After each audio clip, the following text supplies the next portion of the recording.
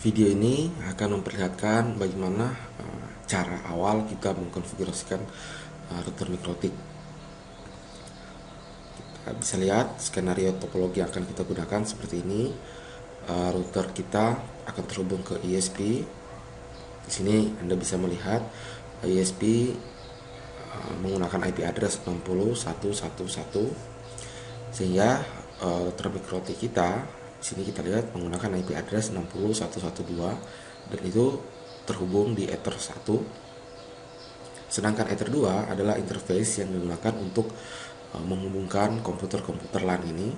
Kita bisa lihat dihubungkan ke switch dengan IP address 10.10.1. Di sini ada 4 buah klien, 10.10.2, 10.10.3, 10.10.4 dan 10.10.5. DNS yang kita gunakan juga kebetulan sama dengan router ISP, di sini 60.1.1.1. Selanjutnya kita lihat bagaimana cara mengkonfigurasikan router mikrotik sehingga klien-klien yang ada pada jaringan lokal ini dapat mengakses internet. Saya jalankan aplikasi Winbox.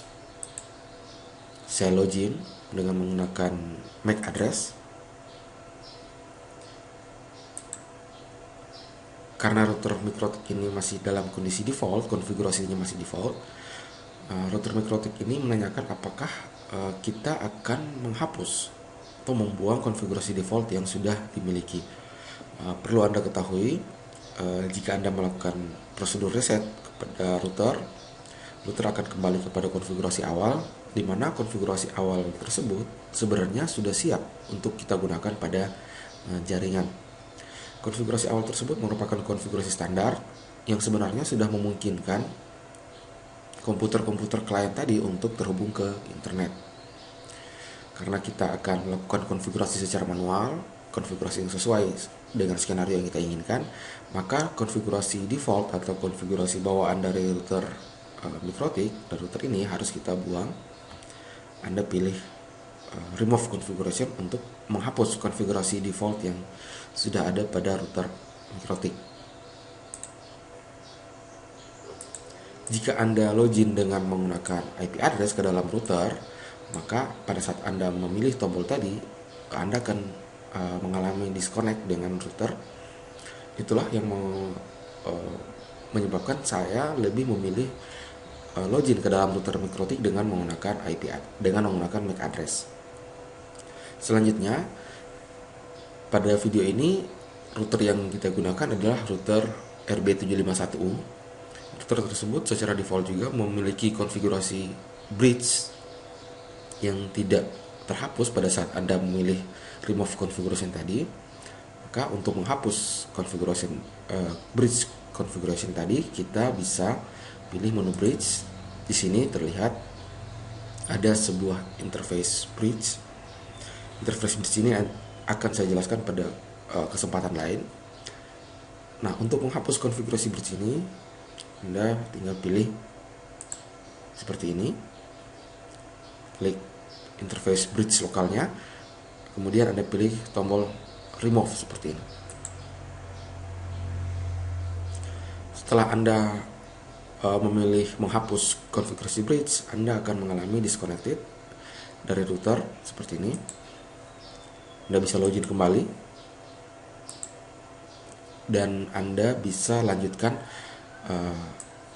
konfigurasi untuk menghapus interface bridge tadi. Pilih menu bridge. Di sini terlihat sudah terhapus. Kemudian Anda pilih port, menu port, tab port. Di sini kita lihat ada dua interface. Kita pilih satu, hapus, dan kedua Ether 2 juga kita hapus. Sampai pada tahapan ini kita sudah siap melakukan konfigurasi sesuai dengan skenario ini. Kita lihat untuk interface secara default juga router mikrotik akan memberikan nama-nama interface seperti ini: Ether 1 gateway, Ether 2 master lokal, dan seterusnya. Nah, untuk menyederhanakan nama interface ini, pada buku saya menggunakan nama Ether 1, Ether 2, Ether 3, Ether 4, dan seterusnya. Untuk mengganti nama dari interface ini, cukup Anda pilih seperti ini, Anda klik 2 kali. Terus pada kolom name Anda hapus saja, sehingga hanya menjadi nama Ether 1. Anda bisa lakukan lagi ke interface berikut, Ether 2, Ether 3, Ether 4, dan Ether 5. Lebih sederhana dan lebih mudah digunakan. Ataupun Anda menggunakan nama-nama yang lain, itu terserah dari Anda yang akan melakukan konfigurasi. Selanjutnya kita akan lanjutkan konfigurasi untuk memasangkan IP address kepada router seperti ini. Pada Ether 1 kita pasangkan IP address 6112/30, dan pada Ether 2 kita pasangkan IP address 10.11.1/24. Lanjutkan konfigurasi. Untuk memasangkan IP address, Anda pilih menu IP addresses. Sini terlihat ada satu konfigurasi default yang masih ada. Kita hapus terlebih dahulu. Anda pilih, hapus. Kemudian kita tambahkan IP address baru 6112/30. Ini kita konfigurasikan pada Ether 1 seperti ini. Kemudian kita pasangkan IP address kedua 10.11.1/24. Ini kita konfigurasikan pada interface Ether 2 seperti ini. Klik OK. Sini terlihat router kita sudah memiliki 2 IP address. IP address 60112 pada Ether 1 dan IP address 10.10.1 pada Ether 2. Anda bisa saja menggunakan tombol-tombol navigasi seperti ini. Seperti tadi saya perlihatkan, tombol ini digunakan untuk menghapus konfigurasi IP address, meremove. Tombol yang ini digunakan untuk menambah IP address. Di sini kita lihat ada add dan remove.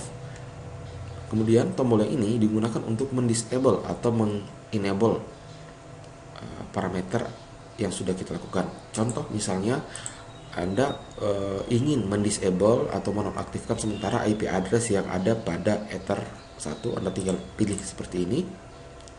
Kemudian Anda klik tombol disable. Terlihat di sini IP address pada Ether 1 dalam posisi tidak aktif. Ada tanda silang disable dan warnanya pun berubah. Itu menandakan IP address pada Ether 1 dalam posisi nonaktif atau disable. Untuk mengenable kembali, Anda tinggal pilih, kemudian Anda pilih tombol enable. Selanjutnya yang kita lakukan konfigurasi adalah konfigurasi default gateway. Anda bisa menggunakan menu IP, routes. Bila kita kembali kepada topologi ini, terlihat bahwa router kita harus menggunakan IP address pada ISP sebagai default gateway, karena router ISP inilah yang menghubungkan router kita ke internet. Kita bisa lihat cara menambahkannya. Kita tinggal pilih tombol add, menambahkan destination address 000/0. Ini merupakan IP address yang mewakili internet. Terus kita tambahkan di sini gateway 60.111. Klik OK. Langkah selanjutnya kita mengkonfigurasikan DNS. Contoh, Anda bisa menggunakan menu IP DNS. Terus kita isikan seperti ini. DNS server yang kita dapatkan dari ISP kita, tempat kita berlangganan internet. Contoh di sini saya menggunakan IP address 60.111. Sebaiknya Anda menggunakan 2 DNS, misalnya juga di sini seperti ini. Terus Anda berikan centang konfigurasi allow remote request, sehingga memungkinkan router kita ini juga menjadi DNS server bagi komputer-komputer klien. Kita klik OK. Sampai pada tahapan ini seharusnya router mikrotik kita sudah terhubung ke internet, Anda bisa melakukan pengujian seperti ini. Kita lakukan ping ke salah satu situs internet atau ping google.com. Nah, sini terlihat bahwa router kita sudah terhubung ke internet. Sampai pada tahapan ini, router kita memang sudah terhubung ke internet, namun untuk klien, untuk komputer klien itu belum terhubung ke internet. Contoh. Nah, terlihat klien kita hanya bisa mendapatkan IP address dari website Google, namun belum dapat melakukan ping ke Google. Nah, untuk memberikan akses internet kepada komputer klien, konfigurasi yang harus Anda lakukan adalah konfigurasi NAT atau masquerade. Ini bisa Anda lakukan melalui menu IP, firewall, Anda pilih tab NET, terus Anda tambahkan satu buah konfigurasi, chain-nya adalah source NAT, dan yang paling penting adalah auth interface. Auth interface Anda harus memilih Ether 1 karena Ether 1 inilah yang digunakan router kita untuk terhubung ke internet. Setelah Anda pilih auth interface Ether 1, kemudian Anda pilih action di sini. Action yang harus Anda pilih adalah masquerade. Kemudian klik OK. Nah, sampai pada tahapan ini seharusnya komputer klien Anda itu sudah terhubung ke internet. Kita lakukan lagi pengujian ping. Di sini terlihat bahwa komputer klien yang IP address-nya adalah 192.168 IP address-nya 10.10.2 telah terhubung ke internet. Di sini terlihat dari command prompt komputer klien sudah bisa melakukan ping. Anda bisa lakukan pengujian langsung dengan browsing ke salah satu situs internet Google. Nah, terlihat bahwa komputer klien kita sudah terhubung ke internet.